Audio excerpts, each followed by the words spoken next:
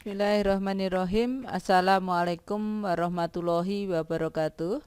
Selanjutnya akan saya coba untuk menerangkan jika modalnya itu tiap bulan dia tambah modal, dia menambahi modal dengan uang yang sama, besarnya sama.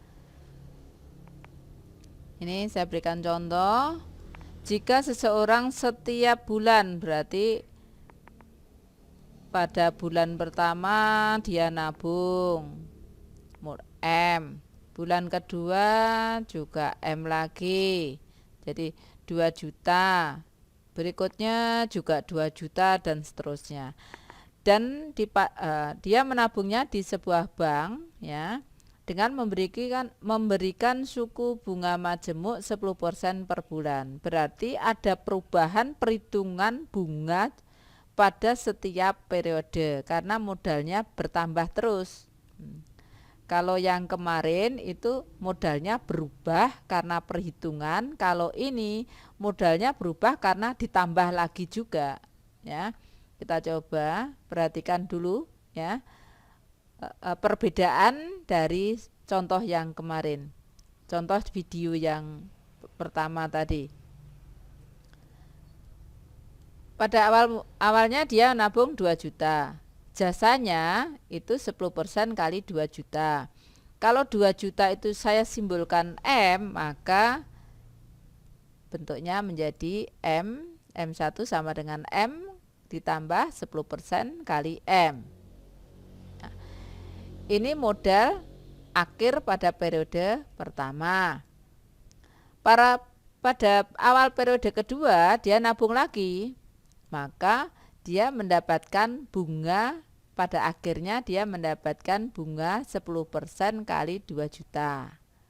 Ditambah modalnya yang pada awal bulan tadi. Nah, ini modalnya tadi.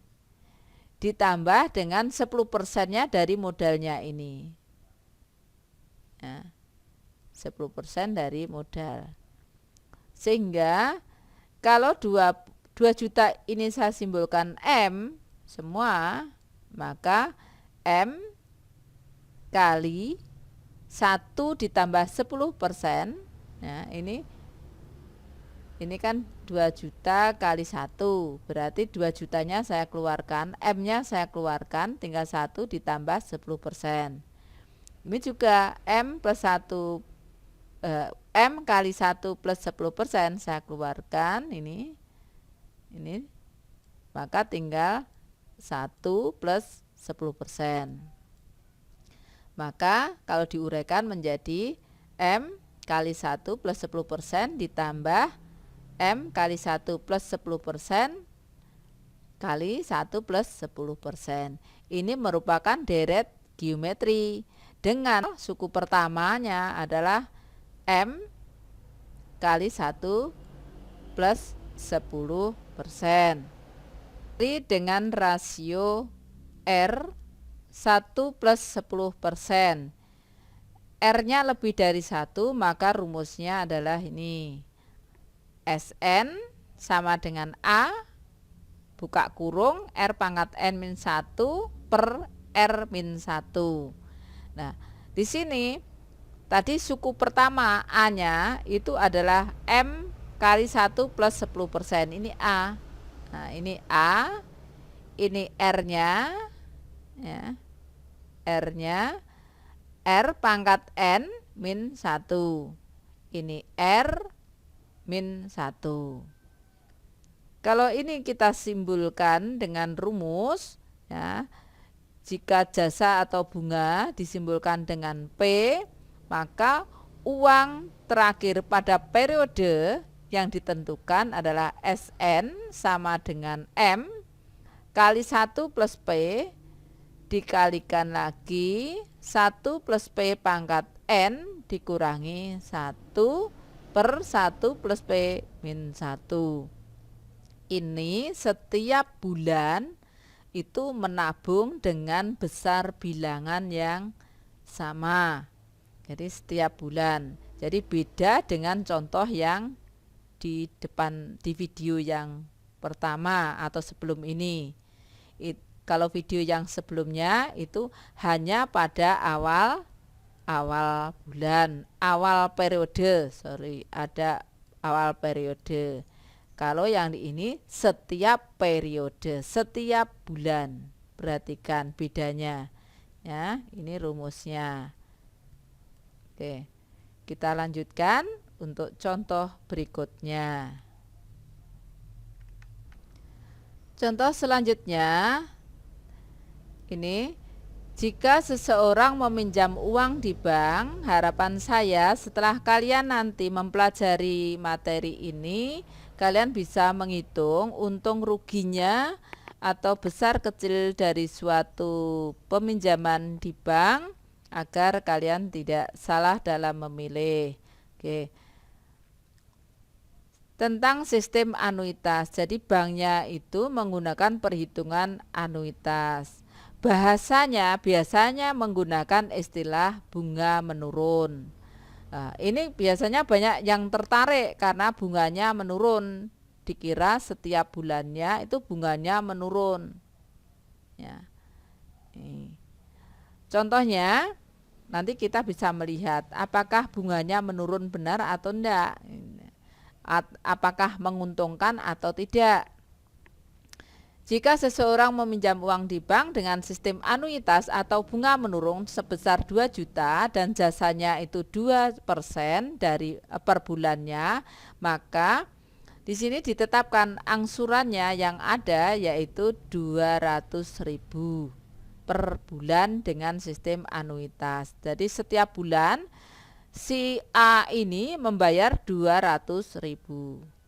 Maka angsuran yang diangsur sebenarnya bukan 200.000, tetapi nih A sama dengan angsuran. A itu anuitas. Anuitas itu yang dibayarkan ini, ya, yang dibayarkan ini sama dengan angsuran ditambah bunga.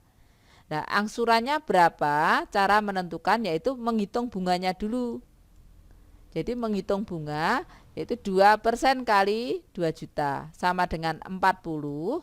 Berarti kalau anuitasnya, angsurannya adalah 200, ini 200 ini ya, diralat 200, maka angsurannya dimisalkan A, berarti di sini anuitas 200 sama dengan angsuran ditambah bunga. Ini rumusnya, aturannya ini.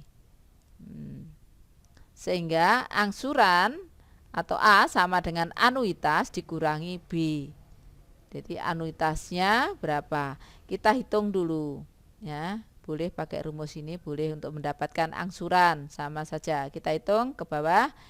Bunganya 40.000 dari sini ya. Bunganya 40.000 dari sini. Oke.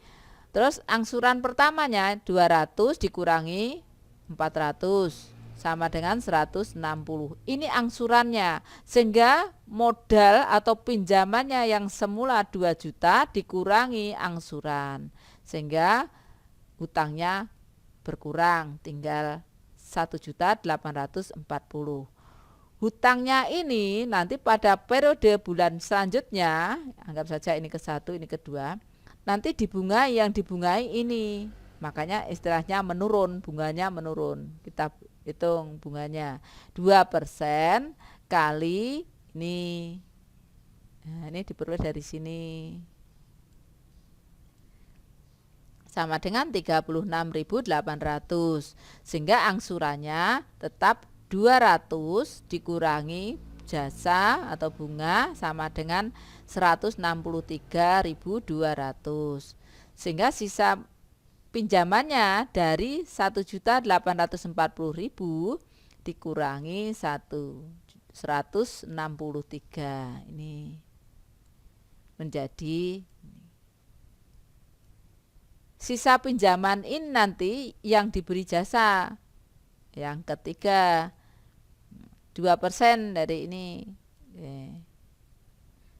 menjadi angsurannya 200 dikurangi bunganya 33.540 rupiah sama dengan 166.460.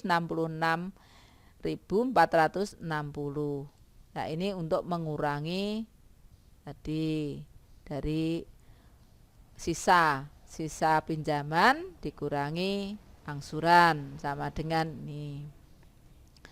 ini jadi nanti dibungai lagi di bulan yang periode keempat, yaitu 2% dari Rp1.510.540 sama dengan 30.210.